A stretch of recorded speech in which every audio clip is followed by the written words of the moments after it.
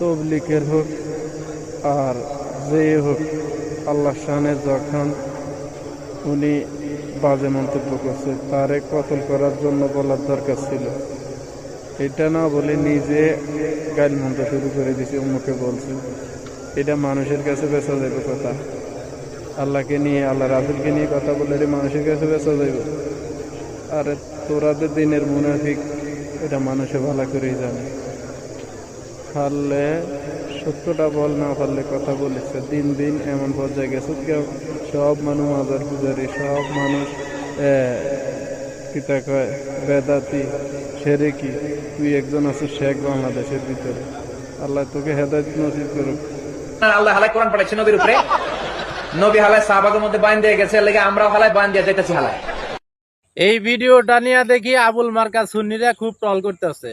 এই ভিডিওটা নিয়ে শিরক বেদাতি, মুশরিক, মাজার পূজারী, কবর পূজারীরা খুব ট্রল করতেছে। এই ভিডিওটা কি মিজানুর রহমান আজহারী হুজুর আল্লাহ এবং রাসূলকে গালি দিছে, নাকি বিষয়টা কি শোনার তো দরকার আছে, ঠিক না? এই ভিডিওটা দেখলেই বুঝতে পারবেন মিজানুর রহমান আজহারী এখানে কি কথাটা বলছে। সেই কথাটা শোনার বলে আপনারা মিজানুর রহমান আজহারীকে গালি দিবেন নাকি ভালোবাসবেন, সেটা হলো আপনাদের ব্যাপার। এই ভিডিওটা আগে দেখেন, তারপরে বুঝতে পারবেন যে কথাটা কি বলছে। 3 সেকেন্ড কাইটা নিলে তো আপনি কথা বুঝবেন না ভাইয়া। শোনেন। চক বাজারে পুরান ঢাকাতে বলে, এরা বাপেরও ঢাকে হালা, দাদারাও কে হালা। তো এই যে হালা হালা বলে, এটা কি গালি দিয়ে বলে? জোরে বলেন। তাবলীগের ভাইদের একটা ভালো অভ্যাস আছে, সবারে বয়ান শিখায়, কারণ সবারই তো দাওয়াত দিতে হবে, কারণ ঠিক কিনা?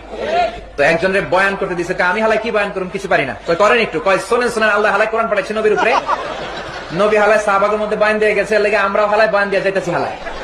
এখানে কি বলছে? পুরান ঢাকার একজন লোক তাবলীগে গেছে, এরে বয়ান করবার দিছে, এই ব্যক্তিটা এই কথা বলছে। সেই ব্যক্তিটা মসজিদের মধ্যে এই কথা বলছে। এই কথা বলাতে, ওয়াজের মধ্যে এই কথা বলাতে মিজানুর রহমান আজহারীর সর্বোচ্চ এটা ভুল হতে পারে।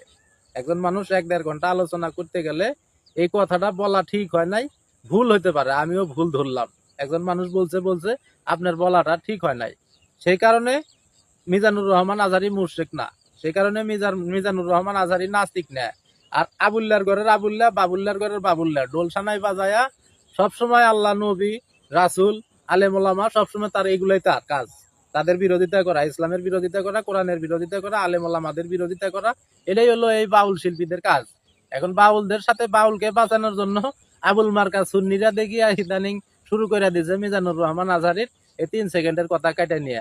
শোন, শিরক বেদাতি, মুশরিক, মাজার পূজারী, কবর পূজারীরা, সময় আছে, ভালো হয়ে যা। একদিন কিন্তু আল্লাহর দরবারে ধরা দিতে হবো। মিথ্যা বানোয়াট কিচ্ছা কাহিনী দিয়া মানুষের মধ্যে থাকিস না। আল্লাহ